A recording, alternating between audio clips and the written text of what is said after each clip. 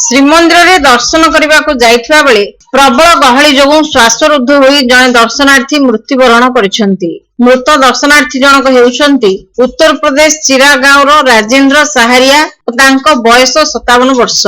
से गहली भितर टळी पड़िबा परे तांको संगे संगे जिला मुख्य चिकित्सालय को निया जायतिला, किंतु डाक्टर तांको मृत घोषणा करथिले। इनका राजेंद्र सहारिया नाम है, चिरगांव के रहने वाले हैं और इनकी उम्र लगभग 56-57 साल है। हाँ बिल्कुल, ज्यादा भीड़ की वजह से, वो भीड़ होने से कोई दिक्कत नहीं, और मंदिरों में नहीं होती। भारत में एक से एक मंदिर है, लेकिन आपके यहाँ व्यवस्था नहीं है। व्यवस्था का सवाल है, ये व्यवस्था जरूरी है। भाई आज ये एक्सीडेंट हुआ, चलो भाई हमारे साथ हुआ, ये तो आप लोगों के किसी के साथ भी हो सकता है।